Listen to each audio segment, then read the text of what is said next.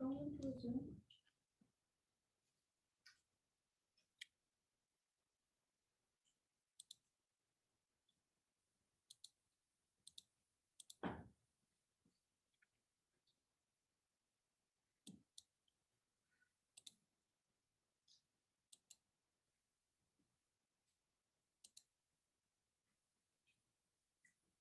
I call the office is free, but don't limit free when you want to spend. I think very good. I'm not going to get started.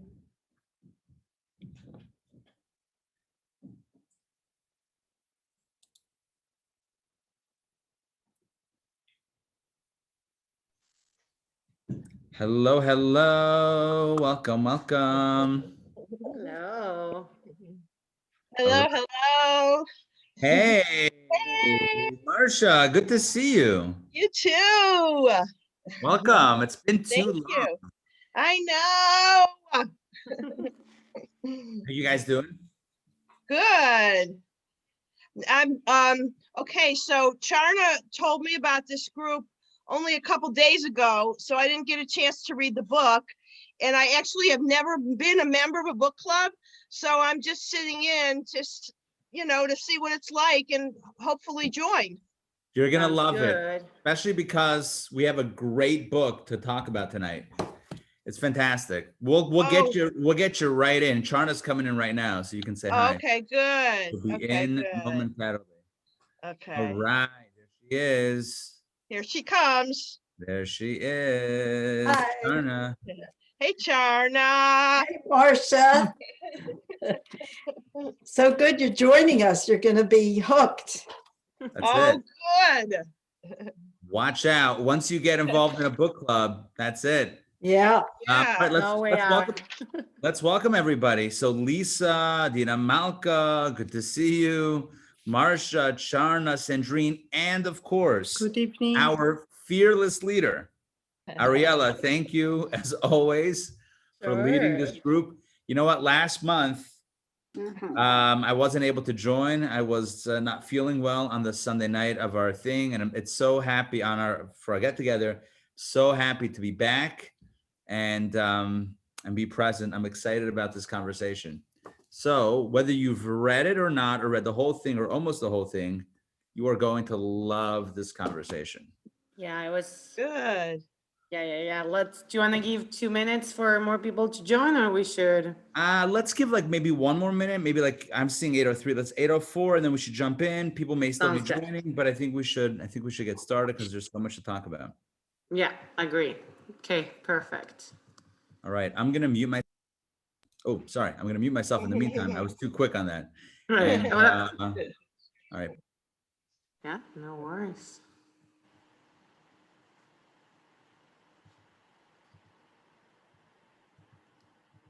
Charna, I feel like it was only yesterday we were on a Zoom together.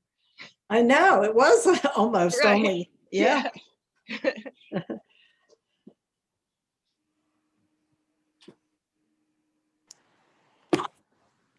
So how often does the book club meet? Like once a month? Yeah, we do one book a month. That's the average, right? Mm-hmm. Yep. And there's no topic. It's every month a different type of book. We can get recommendations. We recommend. It's very democratic here, so all ideas are welcome. Okay. Yeah, and Adina Malka sent me a recommendation on a book, which don't want to get too ahead of the conversation, but it was. That's for the end. Yeah, it is for the end. All right, I'll mention it. I have it up here. Oh. All right, cool. All right, good. I think we should get started. Let's do it. Yeah, let's all right, do it. this is the book club. This is is this our fourth or fifth title? I'm trying to remember if it's 4 or 5. Fifth, I think. Yeah, I think so. Makes sense. Our fifth title, it's called The Two-Family House. And Ariela, please take it away. Sure thing. Yeah, so a little bit of context about the book of why why it came to be. So one of the sources I get books usually is, and I'm sure you all check often, is the Jewish Council for Books, and there's competitions and people can submit books. The array of options are from like fiction, historical fiction, anything in between. So this book was recommended, and I read an interview with the writer. And actually, this is her first book, which I was a little bit hesitant at the beginning, but reviews were really, really good, and we went ahead. So I would like to start, as always, with just for the people who read the book, just general appreciation, the good and the bad, the pretty, the ugly. What did you guys think about the book? And then we can get more into the details of the characters and the plot in general.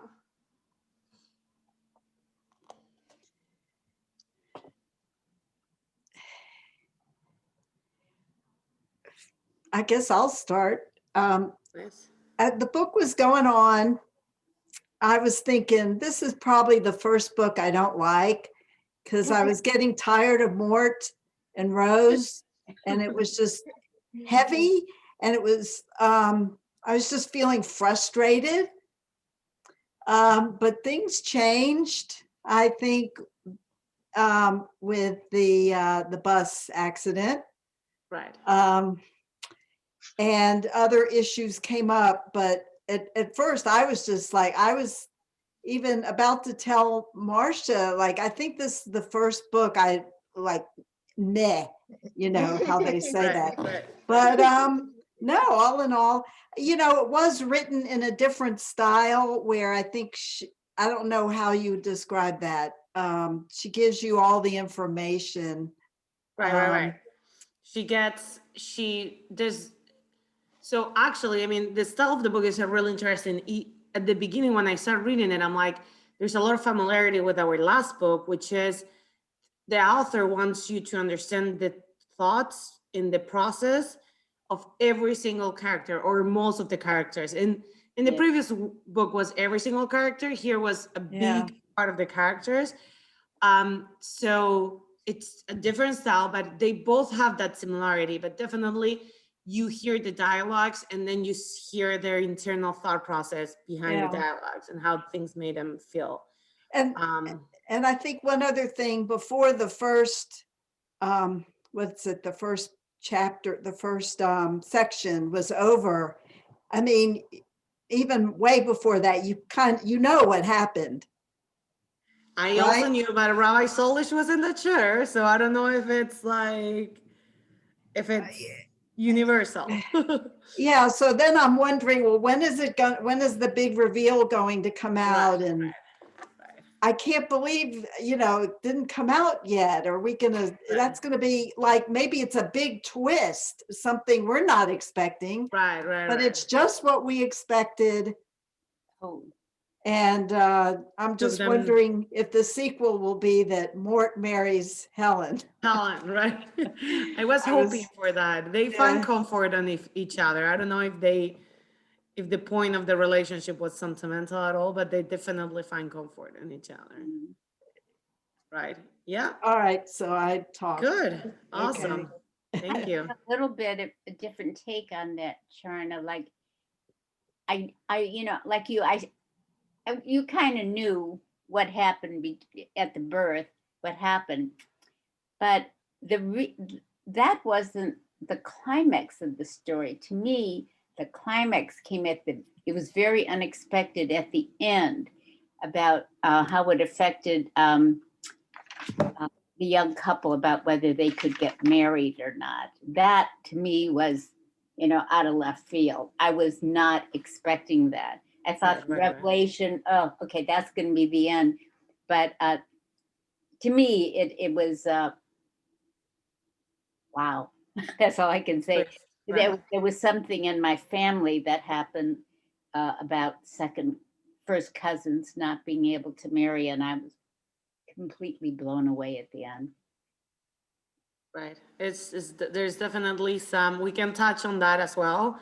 It's we have a expert rabbi in the house, so to hear a little bit were the Jewish positions on that, but just you're bringing up a little bit, it's just that social pressure, even in the 50s or 60s, way before we know there was no social stigma at all about cousins getting married. But starting in the 60s, there was already thoughts of a potential effect on kids, and there was more stigma being brought up, definitely. Well, also it was revealed how they didn't talk about it. They just looked, and and then everything from there on out is how it affected Rose so much. Right. I mean, I think we could talk about that. Maybe that's where my big questions are. It really affected Rose. her, even Right. though she wanted. Right. But her main issue was with Mort controlling her, Right. and Right. her wanting to please him. Absolutely. Oh boy. Any other general appreciations of the book? Even if I didn't like it, that's totally welcome. Anyone else? Yeah, I was also like how Rose ended up just hard as nails. That was also a surprise for me. A change, right, absolutely. I liked the book. I thought so I read this interview before reading the book, so I had some sort of context. Very interesting that most houses that review the book cited it as a historical fiction, which made me very puzzled. And I'm like, why is this historical fiction? So I went researching that. And my understanding is the appreciation of all these different review places is that it was really well, and I don't have any way to say whether this is true or not, but it was really a thorough description of the life in the 40s in New York and that area. So outside the dynamics of the family, which is completely a made up story, the way they describe the time and the research the author did about the way of living in the 40s and 50s, especially that part of the book, people thought it was so well done that they categorized the book as a historical fiction. So that I thought it was very interesting. I thought she was a good writer in the way that I felt the connections to the places and the people. And I was almost sad a little bit when the book ended, and I'm like, kind of missed them, even though I didn't know who I liked, who I didn't like. Even like Helen, at some point, I'm like, you're too good for me. I don't really like you, so I actually got to like the kids more than the parents, I was like, okay, with you guys, I can like see myself, I represent myself. Another thing that I want to bring up that I thought was real interesting is that one of the questions of this interview was about, which is common, but they asked her about her inspirations to write the book. And she brought up her Hebrew school class, like 16 years ago or whatever, when she was young. And she learned about the story of Solomon, of there are two women that come with one baby to him, and they're arguing, who is this baby? And they're like, no, the baby's mine, no, your baby died, no, your baby died, it's my baby, your baby, my baby, your baby. Eventually Solomon asked, does this sound like, excuse me, eventually Solomon asked, I have an idea, I'm gonna split the baby in two. Are you cool with that? And one of the parties is like, yeah, sure, I'll take half the baby. And the other one is like, no, I'd rather you stay with the baby, but keep the baby alive, So that's the inspiration of the story, which triggered me an idea of like, Rose is gonna come after her for Natalie. She's gonna sue her, she's gonna do whatever. I mean, I was Googling whether there's DNA testing back then, but regardless, I was like, this is gonna come out. She's gonna want her kid back once Teddy died. So that preemptively gave me that idea. So then, because that didn't happen, I somehow felt I felt Rose was almost like compassionate, or that she swallowed her own pain, but didn't want to cause, I mean, she did cause a lot of pain to people around her, but in any event, she didn't bring the story out. So that's my general appreciation. Anyone else, just general comments? If not, we can just jump into topics, whatever you prefer. Yes, I really like the book. I read it in one Shabbat afternoon. Oh, wow. And That's yeah, amazing. from the beginning, I thought, what would happen, but then I was curious how they're going to bring it up. Went back to the prologue, and also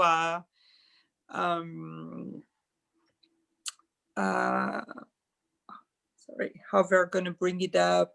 And at some point, even I was wondering, like, maybe that's not what it is, because the way it was written, sometimes you wonder, you were wondering if it's really what's going to happen. And of course, the part with Teddy, I didn't see that coming at all. And but yeah, I really, really enjoy the book. That's awesome. Awesome. Anyone else? Any general appreciations? Yeah, I really liked the book a lot. I was, but I was very surprised and almost disappointed at the development of Rose's character.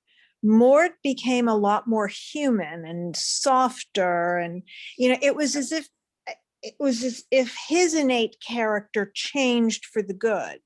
Right. And to me, she became. It was like too bitter. It was almost like it was over the top. Right. And I didn't understand how she got that way. Right. Oh, I did.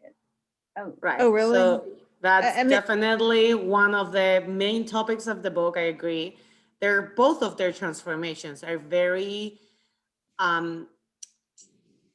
against nature. Even like more, it's comforting because he's getting better. But if you think about someone like him, there was totally zero empathy, just almost borderline abusive, if you think about it. Emotionally abusive. Him becoming the person he became was also a very drastic transformation. So we're gonna touch into that. Definitely, I think that's the main topic of the book. Another thing that it usually you get to feel out of a book is like, what is the main feeling that the characters give you or make you feel? And I've learned this type of books that tend to walk you through the life of the characters, not just like a 5-year one event span.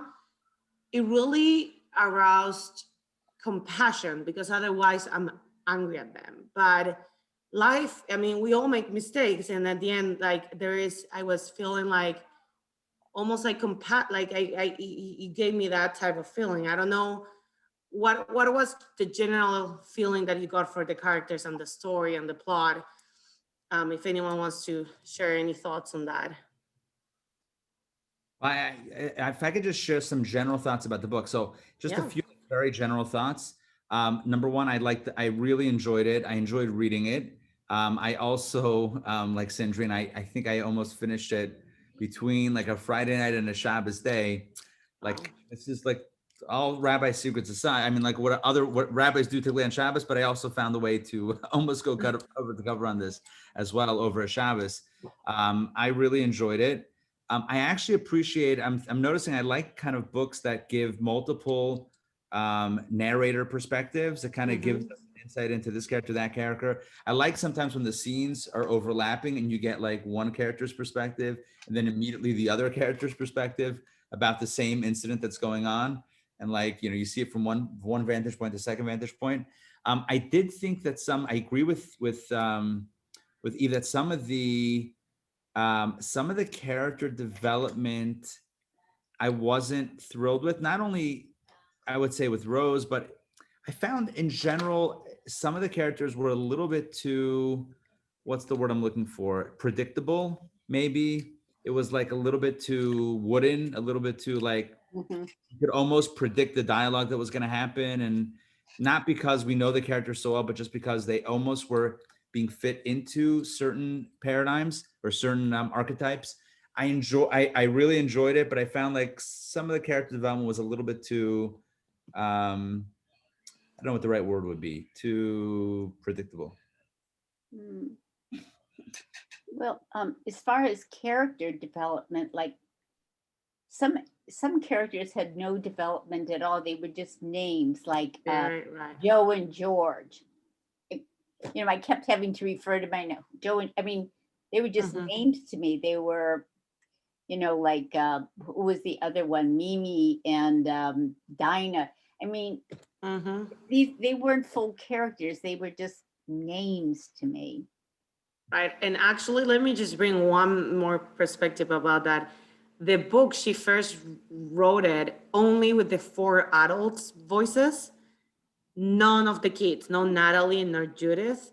And then Bailey? Through the process of like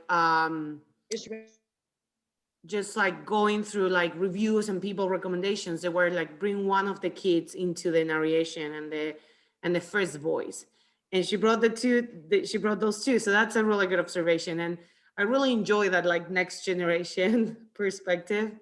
But like I think that's a really key point of the book is the character development. I'm gonna go one step further to say that even Abe and Helen didn't develop in a way that you would say that they changed or that the events affect their personalities. Like definitely affect them, and you can see them like mourning when the kids died, or you can see them in different like stage of their life, suffering or happy or sad, but the personalities were the same. Helen was always this loving, caring, almost over the top caring person, and Abe was always this like super like forgiving, and he says love is forgiving, but like that's, I feel like the overall like state of his character. So it was definitely there that the more static characters, and then we need to bring up the fact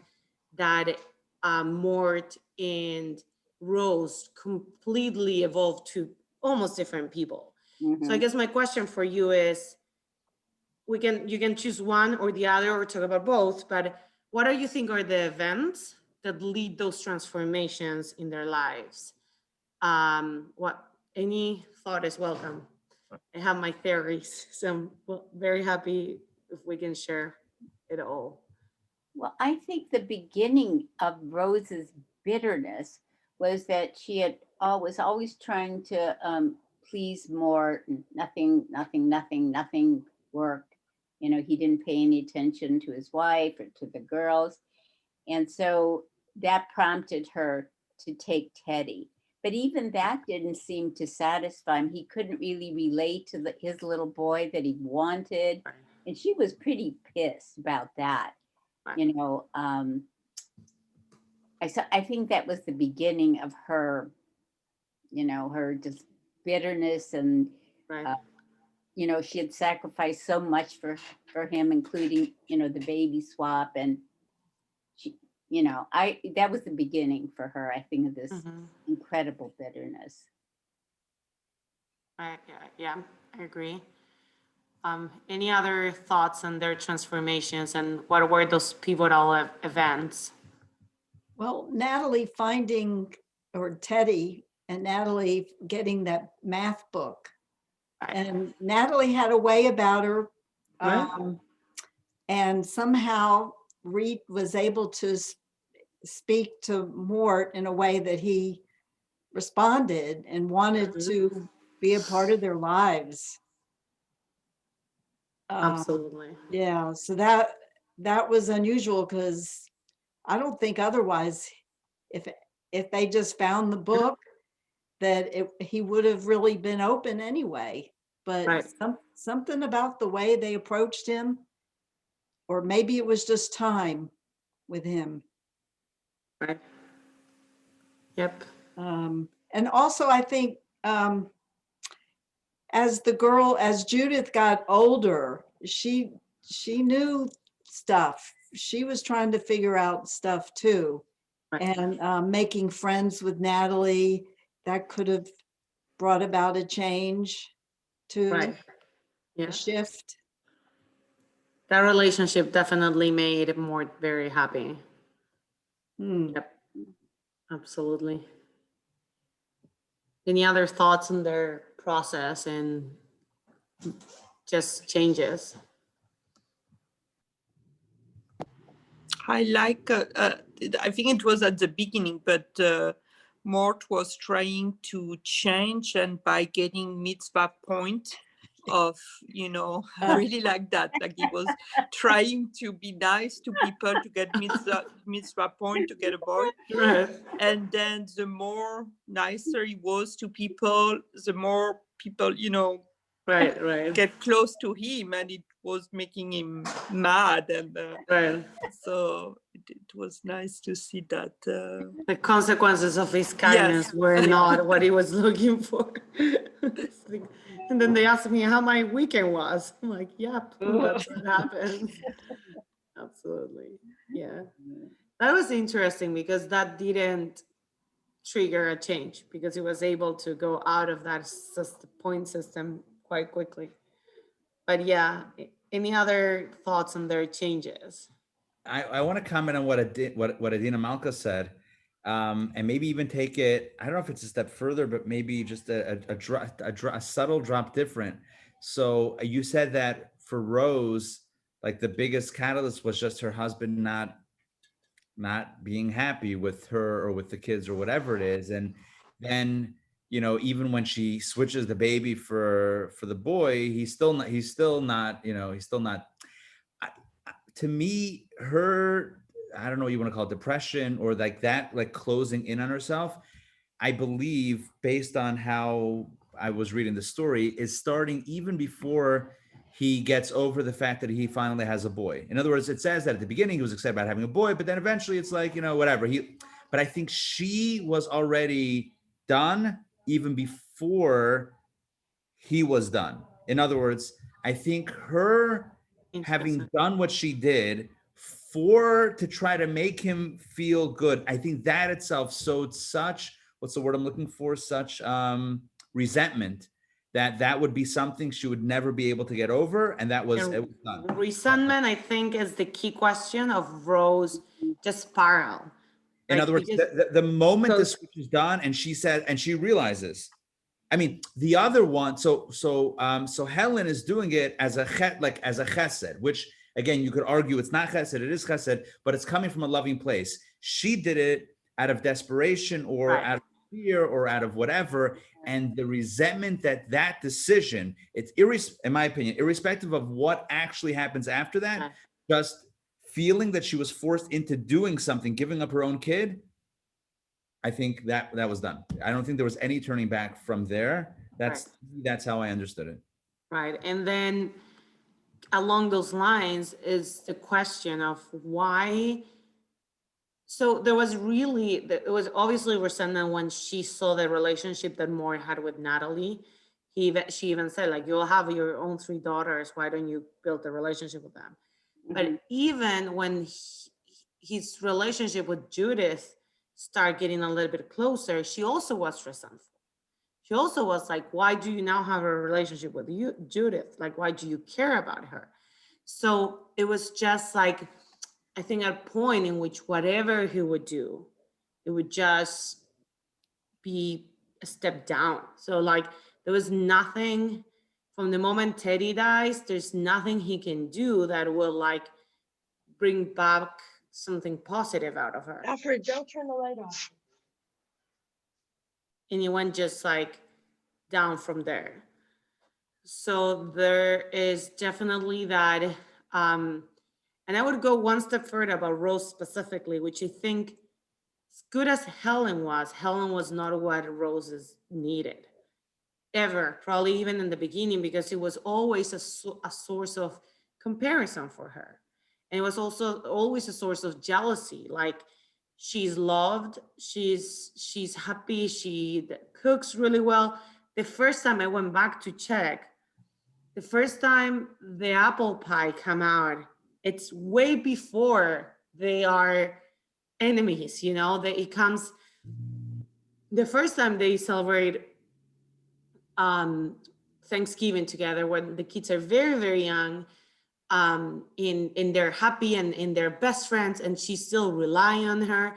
She has this admiration, which, to be honest, let's just be honest, admiration usually comes with some sort of jealousy. So I think the apple pie, the fact that she will bake this apple pie that her daughter will love so much, was a problem for her from her since the beginning, you know. So I think Helen did not have a good effect on her. And as sweet, as gentle and good that Helen was, I don't know if she was very perceptive to what people around her needed.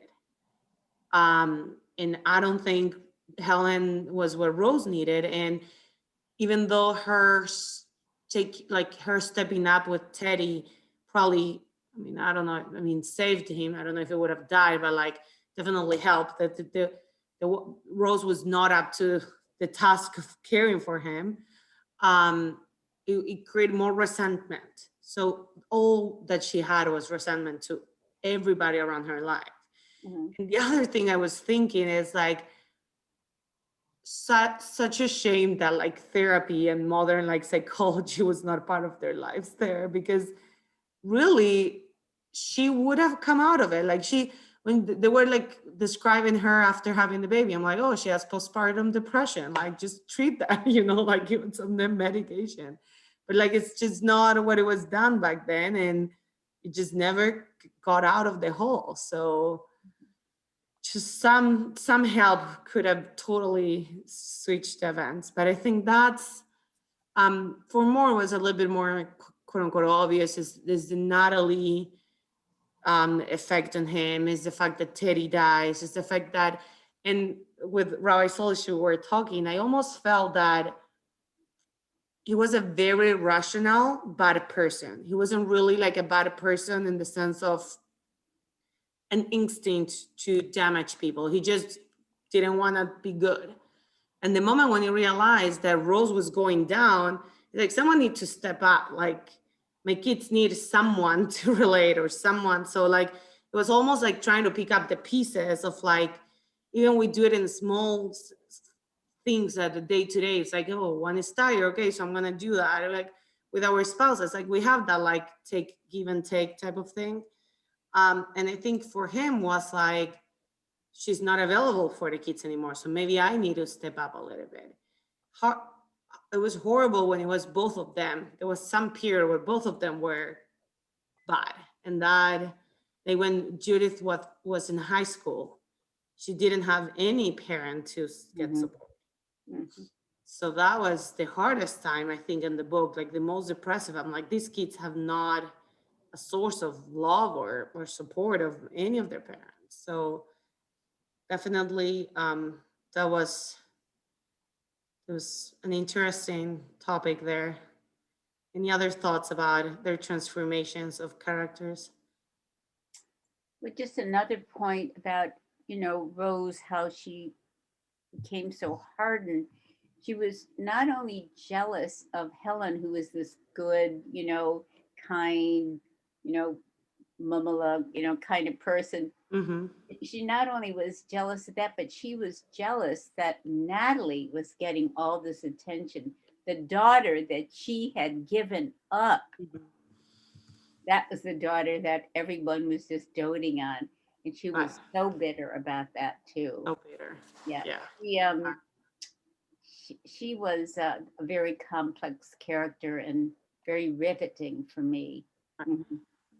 But we can say that, I mean, Rose stopped being a first person at the end of the book, but we can assume that somehow she found peace in Florida, just based on that letter, based on the fact that she was able to send the earrings. I don't know, I had some sort of comfort that even though I'm upset with her, and I guess this is a compassion piece, I'm upset she basically abandoned her family and her kids. Not even the husband, because I'm like, I'm sorry, he can be nice now. He was abusive for many, many years, so he doesn't deserve her. But the kids still may need a mother. But if she seemed to have find some sort of peace in Florida. I got that feeling. I was just appalled, like when she found out she got this inheritance, it was like flatline. She had no reaction. It was just, I mean, it's almost like her moral standards dropped completely. Like there was nothing. I would not have been surprised if she could have like killed someone. She had no moral standards at some point of the book. But yeah. And one thing I, talk about the character development, like I was just impressed that Abe was such a romantic. He was such a romantic. He was always something sweet, encouraging. He was affectionate. That touched me a lot. The romance that carried on into their marriage. It was very sweet. Yeah, it was not a 1940s type of husband for me. And I mean, a lot of this is my own preconception because, but like, if I think about like my grandparents' relationship, they had really good relationships, but I don't know. It was very loving and romantic for the time. Absolutely. Oh, I can think of a lot of couples in my good. family. Oh no, that were affectionate. I could think of lots of cousins, and I don't know. It wasn't in my own parents' marriage, but in a lot of my family, I can remember a lot of cousins and married couples who were affectionate and sweet husbands. Yeah. That's good. That's good to hear. I don't know, when we think about women evolution, I feel like in my head, I've put different times of like not good, but it's not true. It's just like one side of the story. Another real interesting topic in the book is the importance of the physical space, and which almost become a character, which is this house or the two-family home. It evolves too, the way, that the story changes. And eventually dies, like it becomes a memory, the two-family home. But did you get any appreciation of the house as like an important part of the book, or what did you guys think about how the house was like that key point on the story? Or was it a key point of the story? Let me start that way. That's a question.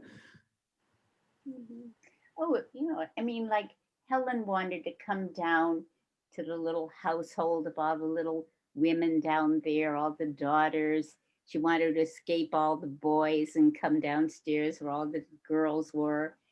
And then Mort, he was so frustrated hearing all those boys running around upstairs. He wanted a boy. The boys were upstairs, and she wanted the daughters, and the daughters were downstairs. Yeah, I thought the house was very important. Well, I never thought about this, but I suppose I live in a three-family house. Oh, really? A Interesting. triplex, and I'm on the bottom. And when I have to rent the apartment right over my bedrooms, I'm like, I mean, really, I think I have different biometrics, my blood pressure, and it's very difficult for me. And a lot of it is just how I feel about the person. It's nothing on paper. It's but yeah, the noise factor affects me. And I'm very sensitive to it. Now, other people might not be, but when people come over and they hear people walking on top, how can you stand that? But I never thought of that until just now.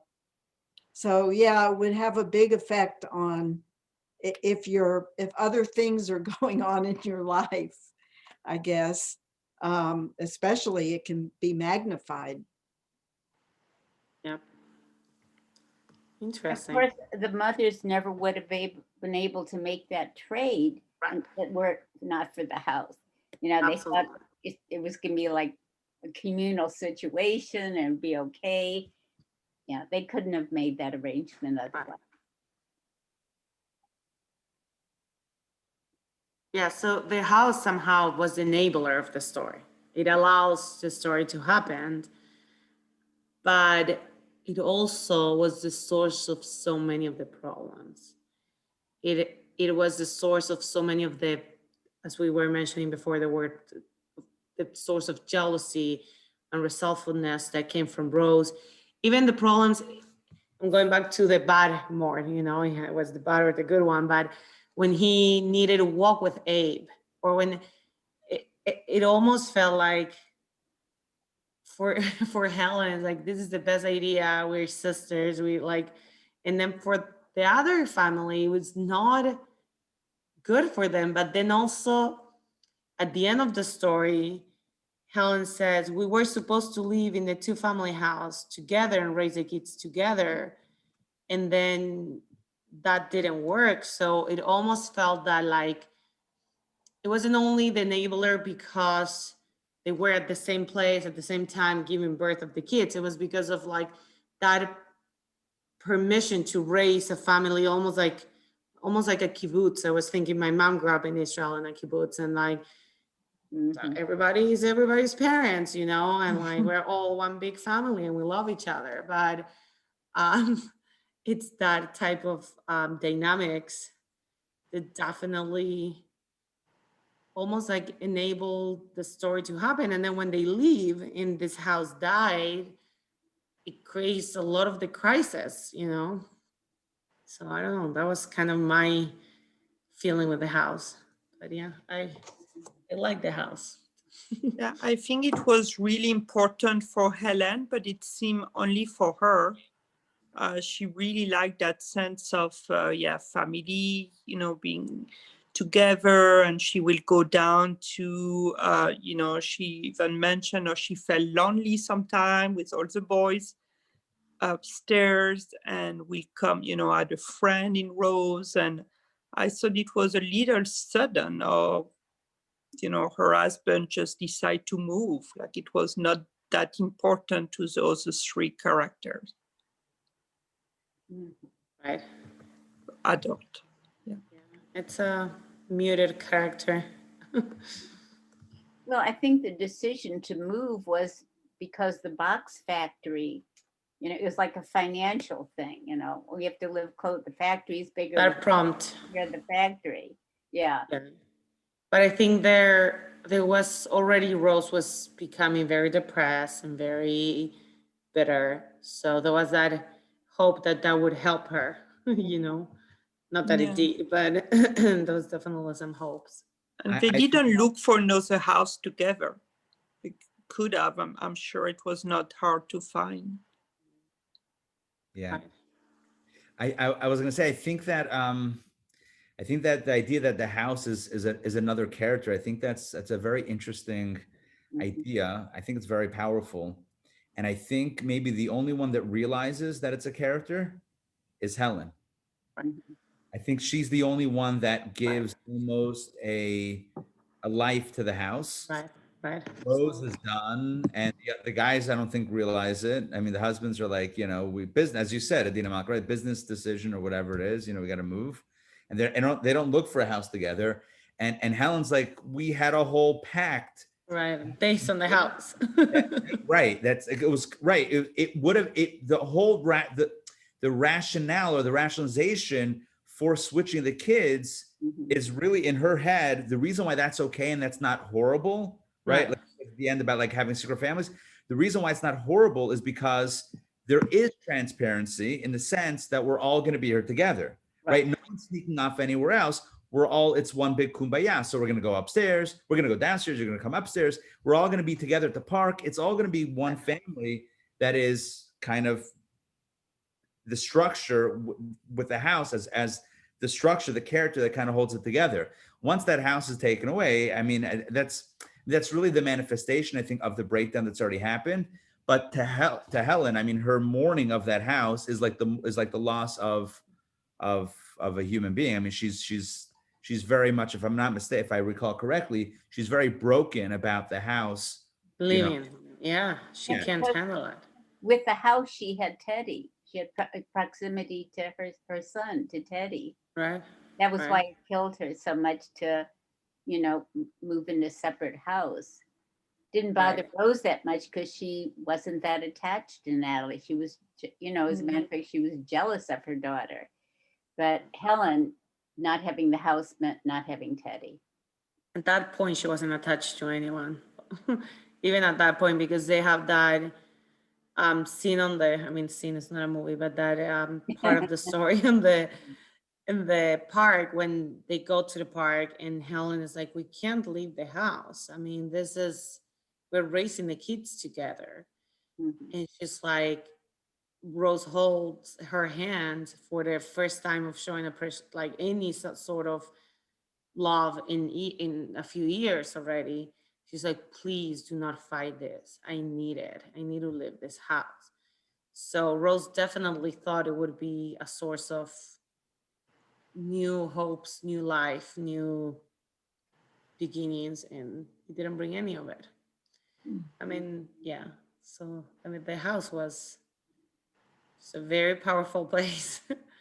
I can't imagine. I can't imagine. It sounds fascinating in the sense that I grew up in a very open place with cousins coming in and out. Not in the same house, but like very open. They were very open in the sense of like no one needed an invitation with friends and cousins. But this proximity of like just almost living in the same house, I don't know. It's very interesting, but yeah, it's a powerful property.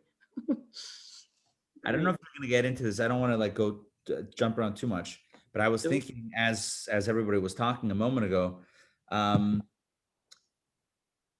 was the arrangement, was it even Rose's arrangement or was it only in Helen's head? I wonder. I know it actually happened, but Right. Helen is the only one that actually said, sorry, Helen Right. was the first one that said, this is your cousin, right? This is not Right. your sister. But she felt that she got a look of desperation. Right. So, and I think it goes back to what you said before, and I know I'm like off topic because it was about the house a Please, second ago. that's But I the feel fun like, part of this. when you're trying to help someone, so it becomes very complicated as far as what help is really help and what help is Right. really harm, right? Because Right. somebody needs help, but the question is what is going to help them and what is going to not help them, what is going to enable them, what is going to hurt them, and what's really going to be to their benefit. And Right. that requires a lot of wisdom to figure that out. And when Rose is looking at her with that desperation, so to help her, let's say there's two options. There's many options, but one option is let's do the switch and let me make that call to help her. The other one is to help her realize the blessing that she has with this healthy child. Right. And who's to say whatever? It's just something, a thought that occurred about her making that call about what should be done and what constitutes help and what constitutes the best thing, and her making that call in that moment. Did you guys realize that was Rose's decision, quote unquote, before Helen said it, or you had your doubts, or you thought maybe it was they had a chance to talk about it? Because at the end, she reveals that Helen basically received this look from Rose and she accepts it. Mm-hmm. Yeah. She's like, hey, here's your brother, Teddy, Did you expect it that way, that interchange? I don't think they had time to talk about it. I think it was just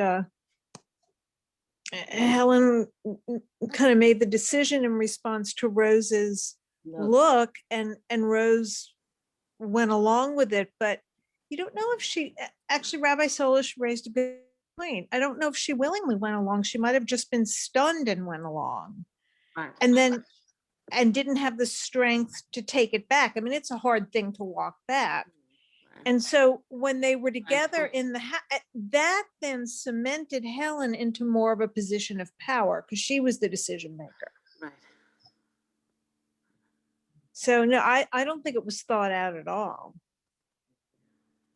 I mean, I think one, and this is interesting. I think Rabbi Sola should touch exactly on the point. Like Rose made herself believe that the fact that Helen, she says at some point, I gave you Natalie and you didn't give me Teddy. You know, like you ended up with its 2 kids, and that's what it created this drama. But Yeah.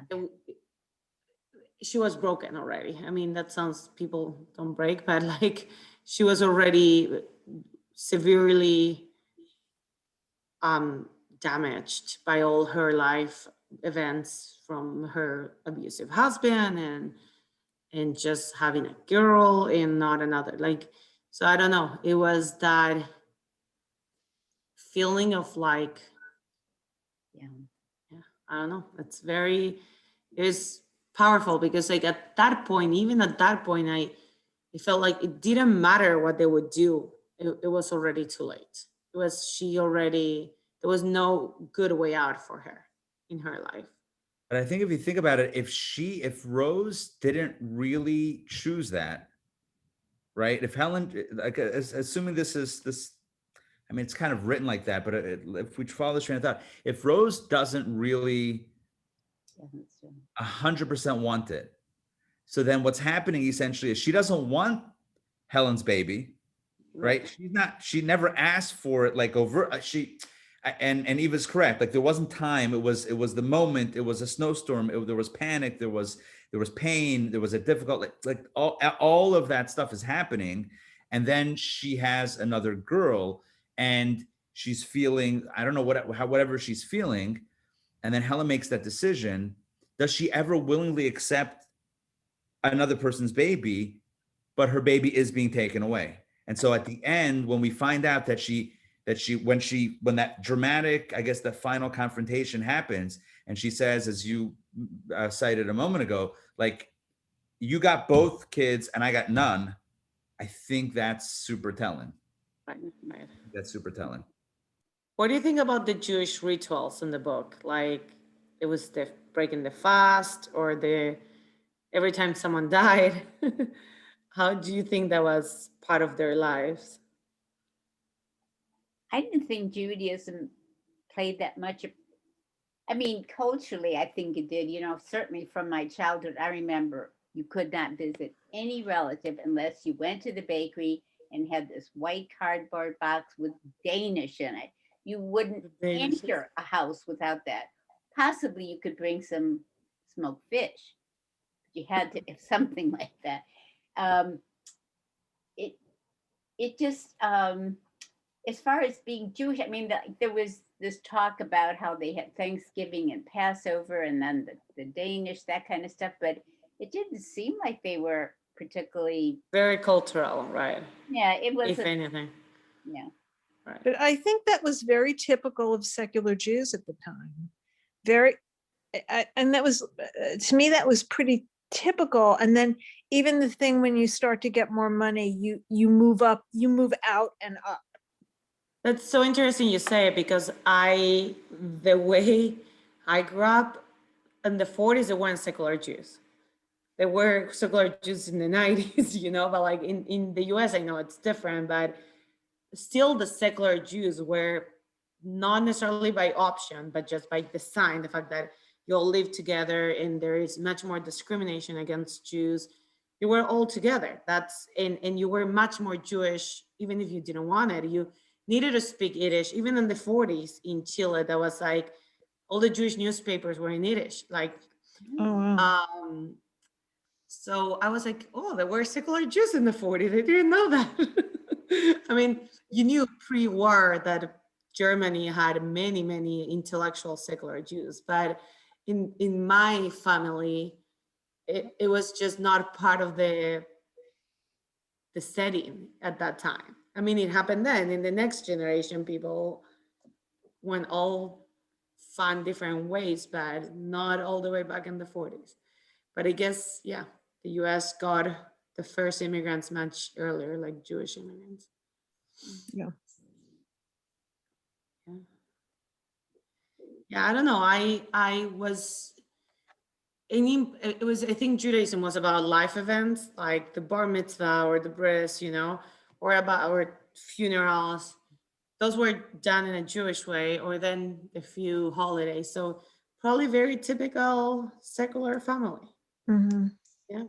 But the inspiration for the story was the story in the Talmud. So it's just interesting how that came to be. There was no Solomon in here. There was no like higher decision making, even though at the end I felt that Natalie was that person for Helen, at least, of like comfort and like you did the right thing or whatever, like not the right thing at changing the babies, but now we're at peace. You definitely found that peace. I wonder, I don't know if anyone had this thought that, even though we know it's not true because we have a very well understanding of the characters in first person, but I almost felt that Abe didn't want to remember that argument, that he was okay with the status quo. I'm like, did he really didn't hear, or did he heard and just didn't want to bring it up because he was fine how it was? It was really about the dress.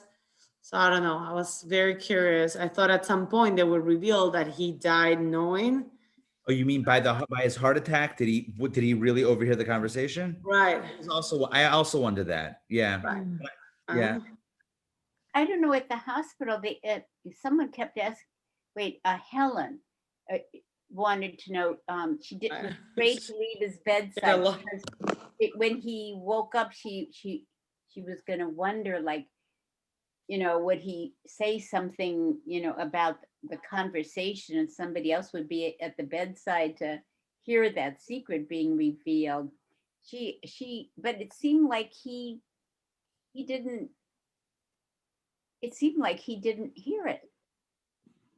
Totally, yeah. I don't know. He was like a naive, I don't know, but he was a very loving character. Or did he hear it and just choose not to say anything?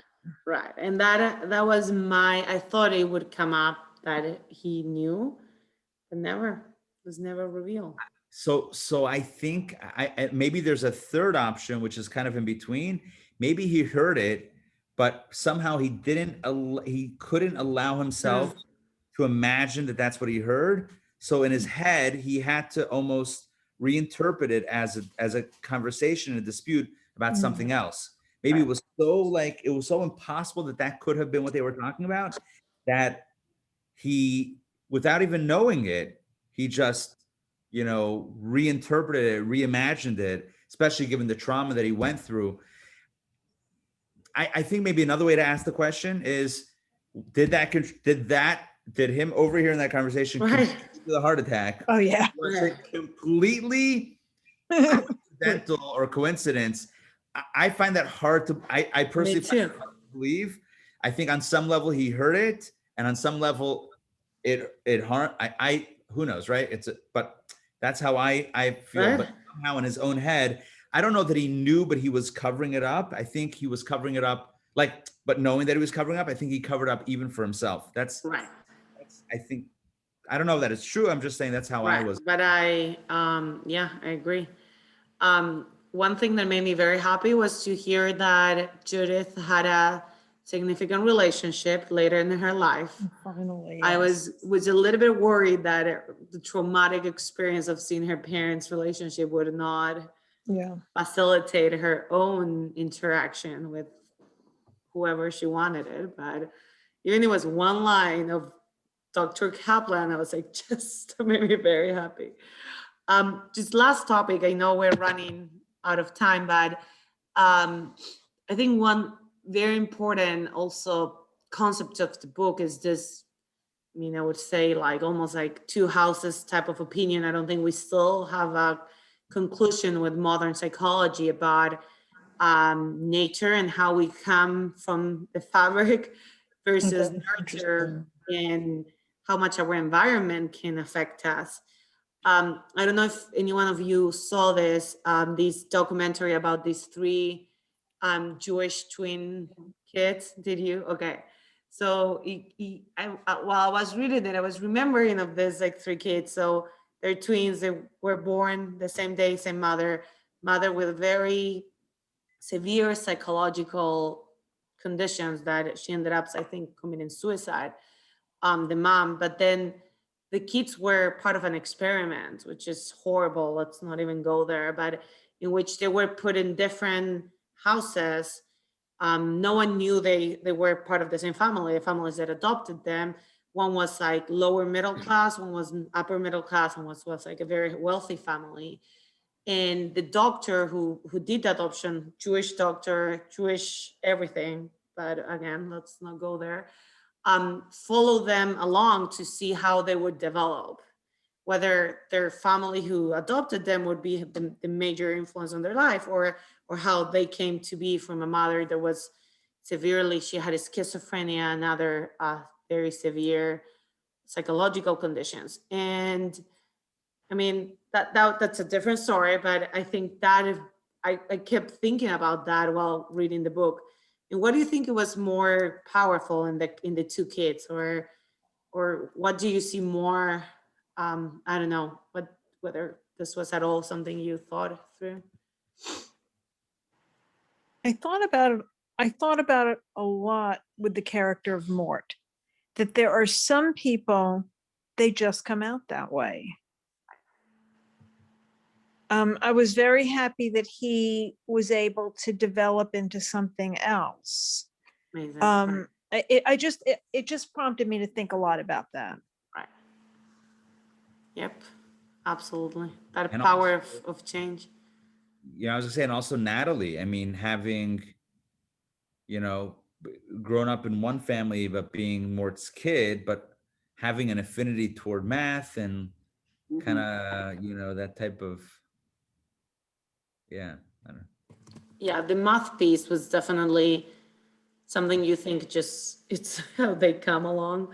And Teddy was like this playful, but very much Abe, even though he grew up with like the most boring and just very plain parents. He got that like spice. And though, I mean, he died very young, but we saw some of this like very like almost mischievous, like I don't know, like this cute little happy bubbly kid. But yeah, I don't know. I mean, it's very interesting. I think they made some things very obvious, like yeah, she likes math, but then also I wonder whether that affinity and that relationship, like the fact that Natalie was able to build this relationship with more than no one else was able to build. That she felt freed in the house, every Thursday. It was a good day for her being there. No one asked her questions, and then made me feel like all we do make thinking that we're helping our kids. There you have, like, she's like, oh, it's so good, no one asked me anything here, no one want to hear about me.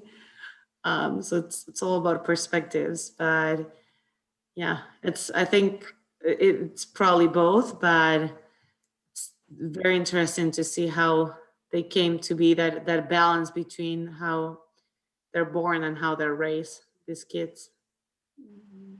Yeah, but I guess overall was thumbs up to the book. Yeah. Oh, yes. Yeah. I Great book. really liked it. Awesome. Yeah. Awesome. Before we sign up, I just wanted to, leave with some clarity in my head about this first cousin situation. Oh, right. I'm so sorry. I did have that that's topic. okay.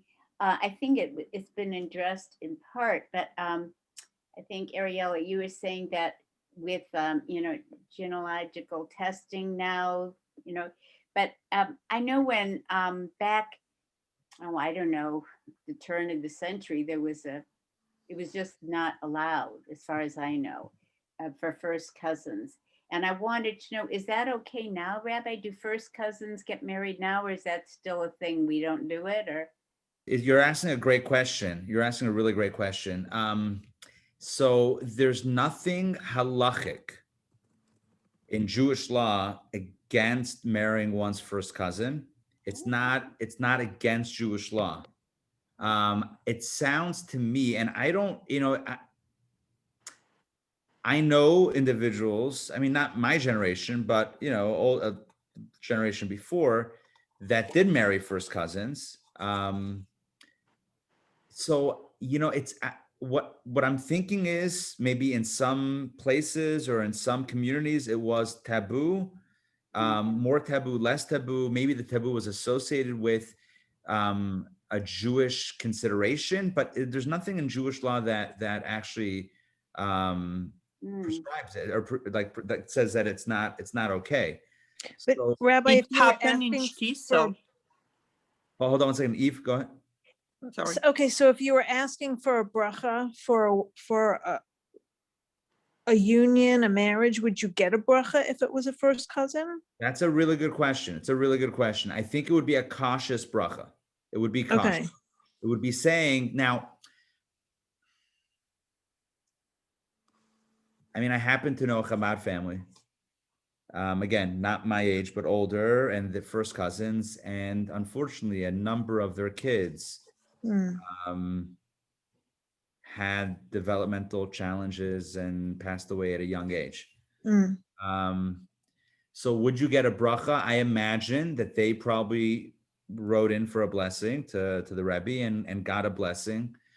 I think the blessing was probably, I don't know. I don't know in that case. I think that's one specific case. But I would say, again, there's nothing in Jewish law against it. I don't know about the state law, if New York State would have an issue with it. I don't think, it doesn't sound like it would be necessarily against the US law either. But I think there is maybe still some level of, I don't know, hesitation. So a bracha, yes, but maybe a cautious one. Maybe, today, is there genetic testing that could be done for that? There is, right? Yeah. Right, absolutely. Yeah. Yeah, and also I think one piece is the familiarity we have with our cousins today. Back 200 years ago, if you get recommended your first cousin and it's like someone you've never seen before, doesn't sound that bad. Or maybe you could go the other way, because in a shtetl, you probably weren't actually getting so far out. So maybe it was closer, but there was a certain sense of, all right, at least we know all the guests for the wedding type thing. We know what everybody likes to eat for the catering, right? We know what everybody likes to eat. Oh my gosh. Yeah, I don't know. I don't Somehow know. It's a really good question. It's a really good question. And I don't know that I can answer definitively, but my sense is that there were probably communities, neighborhoods, cultural areas where it was like, we don't do that, and some where it's, we might be okay with that. That's my sense. But it's not against halacha. It's not against Jewish law. It's not a prohibition. That doesn't necessarily mean it's encouraged in Judaism. It's not one of the relationships that are forbidden for incest. Like there are certain relationships that are just completely out of the books for obvious reasons, but then there are some that necessarily, that doesn't mean it's a good match. Right. So am I understanding that there's nothing to prohibit it, but what happened in my family may have been more a result of a cultural thing, or in this area it's okay, in this part of the States it's not okay, it's more regional or something? It might have also been a product of concern about, I don't know, I really don't know as to what extent it was known, some decades ago about the health the challenges to children. If it was known, then that might have been, suitable cause for concern to kind of make it somewhat of a, we don't go there, even if it's kosher, it's something we don't do because of the concern about the physical health. Again, it's a really good question. It's a really good question. I don't know. I can only comment on the halacha, on the Jewish law of it. It's not, as Ariela said, very, very accurately, it's not one of the prohibited relationships that are considered to be incestuous or whatever in Torah. Torah lists some, but it does not list. It's not prohibited. Well, when people lived in shtetls, was that more common to marry first cousins then? I mean, it was definitely more common. I don't know if the shtetls were the reason, but I mean, in the 150 years ago, it was totally socially acceptable to marry first cousins in many circles. I don't know all the traditions, but it was very well accepted. Mhm. Yeah. And there was a knowledge, and even if someone would have a kid, God forbid, with certain condition, there was no understanding what that could be linked to. Mm. In 200 years ago, people didn't know, but things have evolved in different ways since then. Yeah, thank you. I just wanted to clarify that because that that surprise at the end, that concern between Natalie, she was afraid to marry her cousin Johnny, and then it came out that they weren't first cousins. That was like the surprise ending for me. That's what I could not have anticipated, that problem that came on at the very end. But also that related it to my family, and so it had a super big impact on me anyhow. Right. So if anyone has book recommendations, you can email or text Rabbi Solish. We're gonna talk about it later this week, and we're gonna send it to everybody. I'm looking forward for our next session. Thank you so much. It was Thank you. wonderful. It was a great book to read. Yeah. Great book, Awesome. yes. Thank you. Ariela. Can I get on the email list? How do I get on it? I got you, Marsha. I got You you. got me. Okay, Yeah, you got my Don't email. worry. Okay, Awesome. great. Yeah. Looking forward. Have you? Okay, thank Have you. Yeah. Thank you, Bye. Thank you. guys. Night. Everybody. Okay. Bye. Thank Bye. you. Okay, So, Okay. Shabbat Tov.